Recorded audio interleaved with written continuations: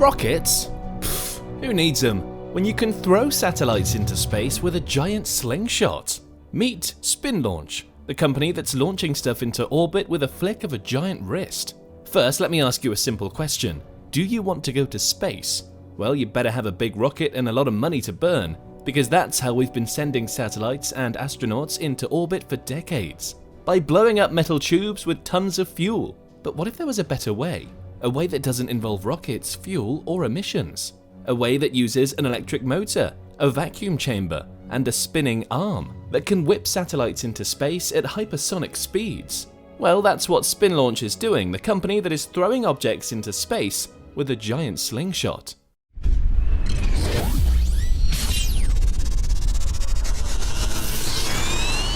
You might think that this is a crazy idea, and you're not the only one who feels that way. Many experts have doubted the basic science behind Spinlaunch's vision ever since the company started in 2014. For instance, can objects survive the insane G-forces that come from being spun that fast? Will they burst into flames as soon as they touch the atmosphere? But a series of test launches using a mini version of its device over the past year has shut some of the critics down by showing the technology can at least work at lower speeds. And a recent $71 million in funding from big names like Google Ventures and Airbus adds some weight to the company's efforts. Spinlaunch is currently looking for commercial partners and recently signed a deal with NASA to test and potentially launch payloads. If everything goes according to plan, the full-size Spinlaunch system will be ready by 2026. But here's the big question: how does it work? Well, let me tell you. Spinlaunch is a giant machine that spins around in a vacuum like a madman.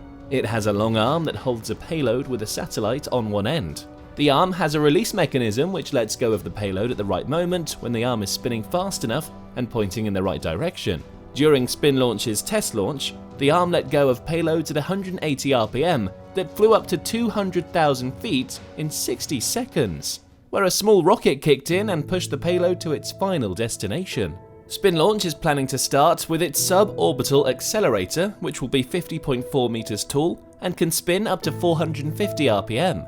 This will create 10,000 G-forces of acceleration and boost the payload up to 7 times the speed of sound, or Mach 7. That's a lot of spinning and throwing, don't you think? But you might be wondering, can this thing handle humans? Well, no, unless you want to turn them into jelly. Spinlaunch's first generation payload would carry 200 kilograms, which is more than enough for the cute little satellites called CubeSats, which are being used by projects like Elon Musk's Starlink, as well as for small-scale space experiments. So don't worry, there's plenty of stuff to throw into space with Spinlaunch. But before you get too excited, you should know that Spinlaunch hasn't sent anything to orbit yet, and it may never do so. They've only launched payloads up to tens of thousands of feet. A video from their 8th launch, which happened in April, shows what it's like to get shot out of a centrifuge at high speed. It looks like a lot of fun, if you're into that kind of thing. Right now, a launch system that relies on pure speed avoids one of the most annoying problems with spaceflight. Launching a rocket takes a lot of fuel, but the more fuel you carry, the heavier your rocket is, which means you need even more of it to reach space.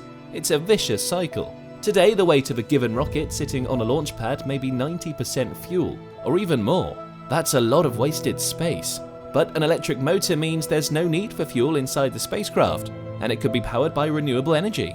Because it can get up to speed more slowly, an electric motor can also be more efficient. And with no boosters to throw away or bring back to the ground, successive launches could happen much faster.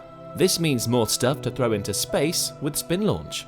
But even with successful test launches in the books, the concept faces multiple challenges that could make it crash and burn.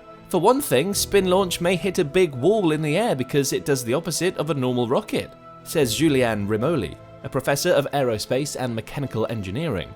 A regular rocket starts at 0 and goes faster and faster, he says.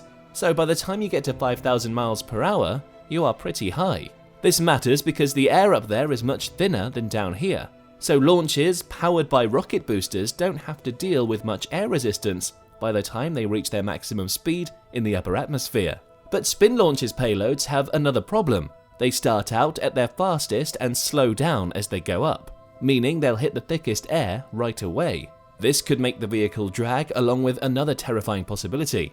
I would expect this to get really hot, Romoli says. Similar to how space capsules create mini fireballs when they come back to Earth, the heat could be a disaster for Spinlaunch's precious cargo. Imagine sending a chocolate cake to space and getting a melted mess instead.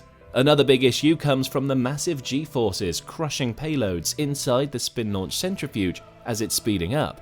Those forces could reach thousands of Gs, far higher than a normal rocket launch. When you have Gs in the thousands, the structural solutions are not trivial, Romoli says. He compares it to putting an egg in a slingshot, whirl it around and you'll probably end up with a sticky mess. It's not a pretty picture, especially if you're thinking of sending a fancy spacecraft full of fragile instruments to orbit. You might as well throw your money into space instead. However, one of the biggest current unknowns is what will happen to the payloads when they reach insane speeds. Spinlaunch has only tested them up to 1,000 miles an hour, which is like a snail compared to the 5,000 miles an hour they need to escape Earth's gravity. You see, physics is a tricky thing. When you increase the speed of something by a factor of 5, you don't just increase the G-forces by a factor of 5, you increase them by a lot more. And G-forces are not very nice to things that are not designed to withstand them. They can make them break, bend, or explode. So Spinlaunch might be in for a surprise when they try their full-scale device for the first time. But hey, if it works, it could be a game changer for the space industry. Imagine sending satellites, probes, and maybe even people into orbit with just a giant spinning machine. No rockets, no fuel, no pollution. Just pure centrifugal force. Sounds awesome. Well, maybe not for the payloads. They might get dizzy or nauseous. But who cares? They're going to space, and that's all that matters. Now you may be wondering how Spinlaunch can convince anyone to trust their precious payloads with their crazy spinning machine. After all, who would want to risk their expensive satellites getting smashed, cracked, or burned by the extreme G-forces and speeds? Well, Spinlaunch has some answers for you. First of all, they claim that most of the existing satellites, like the ones that let you watch Netflix, use GPS, are compatible with their centrifuge. They say that these satellites are designed to withstand harsh conditions in space so they can handle a little spin too. Secondly, they assure you that heat is not a problem.